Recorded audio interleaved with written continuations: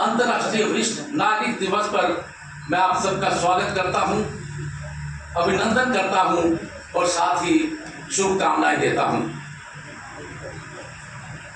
जैसा कि मेरे से पहले वक्ताओं ने बताया, is all the things have been made clear कि आज का डेट एक डेट क्यों सेलिब्रेट किया जाता है, इसका महत्व क्या है। बताया गया जो वर्ल्ड की सबसे बड़ी संस्था है UNO, United Nation Organization, even हमारी जो भारत सरकार है, एक कोशिश की गई है कि 365 दिन हर एक दिन का महत्व देखते हुए वो दिन उस क्लास को उसकी एक्टिविटीज के लिए समर्पित किया जाए। और शायद ये 1 अक्टूबर का दिन आज जो हमारे वरिष्ठ नागरिक हैं, जिनके पास बहुत अनुभव है, जिन्होंने समाज की बहुत ज़्यादा सेवा की है, उनकी सेवाओं को याद करने के लिए और उनके प्रति समर्पण की भावना के लिए ये दिवस मनाया जाता है। बहुत कुछ सरकार के द्वारा शायद हमें इस दिवस पर या पहले घोषणाएं की गई है और हो सकता है इसके लिए हम लोग भी रिस्पॉन्सिबल है। कुछ चीज़ें हमें मालूम नहीं है, कम्युनिकेशन गैप है। परंतु मेरा मानना है कि जब भी समाज में बात की जाती है, हर एक वर्ग की बात की जाती है, युवा वर्ग है चाहे कोई वर्ग है, वरिष्ठ नागरिकों की बात बहुत कम होती है। यदि होती भी है तो जिस दिन बजट सेशन होता है उस दिन बीच में हमारा नाम आता है। इस बात से शायद किसी हद तक आप मेरे साथ सहमत होंगे और इसका कारण है, पर हम यहाँ मंडी के जो है सौभाग्यशाली हैं कि पंडित जवाहरलाल जी के इनके आशीर्वाद है, इनके प्रयत्न से हमें एक ऐसी जगह मिली हुई है जहां पर हम अपने अनुभव और जो ग्रीवियंसेस है या समाज के लिए हम क्या कुछ करना चाहते हैं, यहाँ बैठकर हम उनको शेयर करते हैं। बाकी जगह ऐसी सुविधा है ही नहीं। तो वरिष्ठ नागरिक अपने अनुभव देने के लिए तैयार बैठा हुआ है। 60 साल का उसका अनुभव है, परंतु कोई लेने के लिए तो तैयार हो, ये बहुत दुखदाई है। और शायद ये प्लेटफॉर्म बना ही इसके लिए है, पर इस प्लेटफॉर्म में अपने विचार साझा करने के लिए हमारे पास कक्ष तो हो। बाकी जगह ऐसी सुविधा अवेलेबल नहीं है। और शायद जैसा कि मैंने पहले कहा, और इस बार का जो थीम है वो भी यही है, एजिंग विद डिग्निटी। हम क्या चाहते हैं, जो वरिष्ठ नागरिक है वो चाहता क्या है, वो उन्हें सम्मान चाहता है।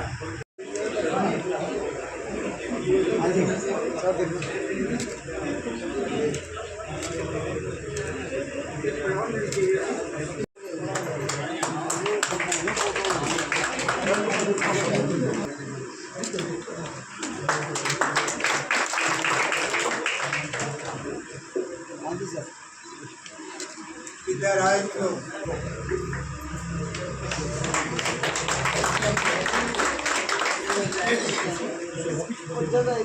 श्रीमती माया देवी,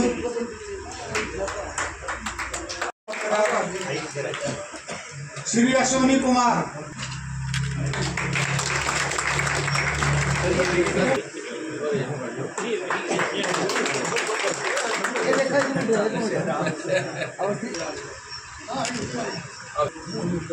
ताली भी चलती रहे उत्साह के लिए।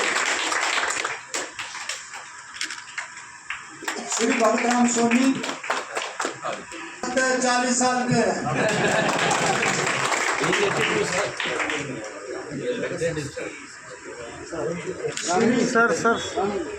श्री जगदीश,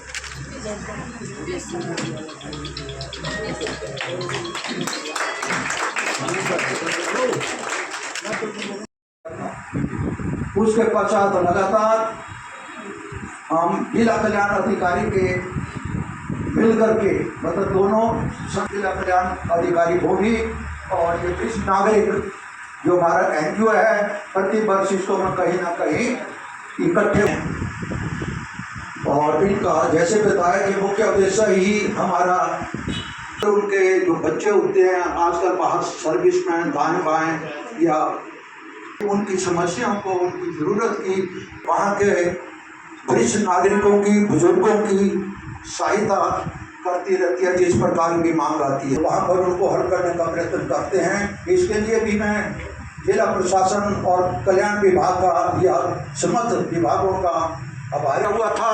तो इस संस्था ने 51,000 का सहायता उपायुक्त महोदय के द्वारा रेड क्रॉस को दी थी।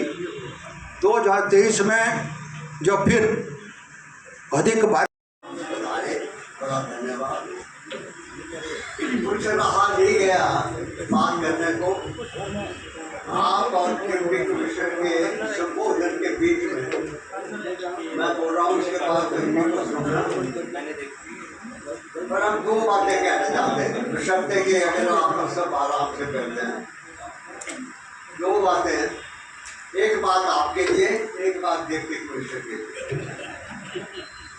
आपके लिए ये है कि माना हम सीनियर सिटीजन हैं, लेकिन महसूस करो हमेशा अगर जिंदा रहना है और दुनिया में कुछ करना है तो ऐसा समझो कि वक्त का गुजरना तो दस्तूरे जहां है। अगर महसूस न करो तो बढ़ती कहाँ है। उम्र तो का पढ़ना तो दस्तूरे जहां है, अगर महसूस ही न करो तो बढ़ती कहाँ है। ऐसा महसूस करो कि ये जो उम्र है ये इसका लाजमी है पढ़ना। पिछले 70 साल पहले 10 साल का था, फिर 20 साल का हो गया। ये उम्र का पढ़ना ये तो वक्त की रवानी है। अगर जिंदा दिली है तो बुढ़ापा भी जवानी है। महसूस किया करो अंदर से कि हम मेरा फंड और रहा है सारे जीवन का। मुझको कहते मेरे चेले चाटे जल्द बन के वापस रिटायर, और वो कहते हैं बड़े पंडित जी आपको हमने 40 साल पहले से वैसे। मैंने कहा तुमने तो महसूस किया कि हम खुंजा के हो गए, 60 के हो गए, और मैं जब 73 साल का था तो मैं 3 इस तरफ करता था, 7 इस तरफ 37 साल का हो गया। 3 दूसरी तरफ करता हूँ और 39 का मैं अभी रिटायर नहीं हूँ, आप सब रिटायर हो। ये मेरा सौभाग्य है कि मैं आपके समक्ष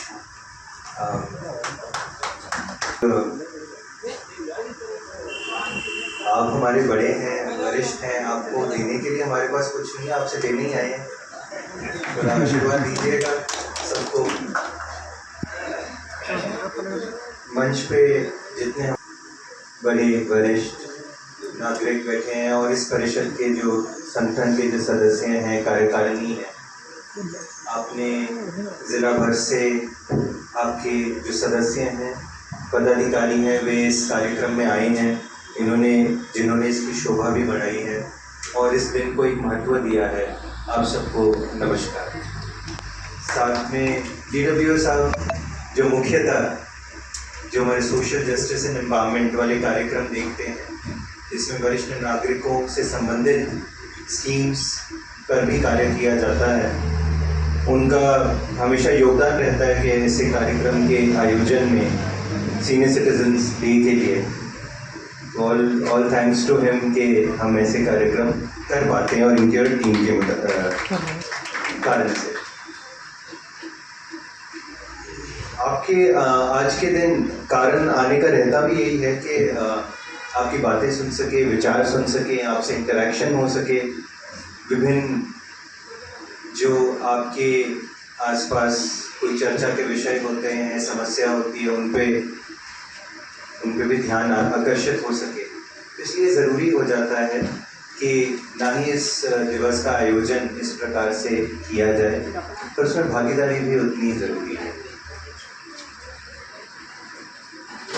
इसमें कोई शक नहीं है कि जो भी मैं तो डेली बेसिस पे मेरे पास वरिष्ठ नागरिक आते हैं, मेरे पास ही नहीं विभिन्न विभागों में भी जाते हैं, विभिन्न कार्यालयों में जाते हैं, तो हमारी डेली डीलिंग है जो समस्या एक प्रकार से डेली ही काम में हमारे पास आती है। परंतु उसके अलावा भी आप जैसा जो एक संगठन होता है वो एक बहुत अहम रोल इस तरीके से निभाता है कि जो एक कलेक्टिव जो इश्यूज हैं उनको भी एक मंच के माध्यम से विभिन्न जो कंपीटेंट अथॉरिटी है उनके पास रखा जा सके। मैं ये भी समझता हूँ कि जो ये संगठन है इस ज़िले का या राज्य का या अन्य ज़िले का, जैसे आप बता रहे थे आप चंबा में भी कर रहे थे, चंबा में भी क्लोज एसोसिएशन मेरी थी वहाँ पे। वहाँ के सिटीजन जो सीनियर सिटीजन थे उनका जो परिषद था उनके साथ उभरोए थे। परंतु मुझे ये लगता है कि साथ में हमें एक मैं भी विचार रख लूँ, मुझे लगता है कि इसमें कई ऐसे वरिष्ठ नागरिक रह जाते हैं। आपने बीच में बात की थी कि वो वरिष्ठ नागरिक जिनके बच्चे बाहर रह रहे हैं या विदेश में रह रहे हैं या ऐसे, पर कई हमारे तो बिल्कुल ही जो गरीब तबके के वरिष्ठ नागरिक हैं उनको आपको जोड़ना अपने साथ बहुत ज़रूरी है।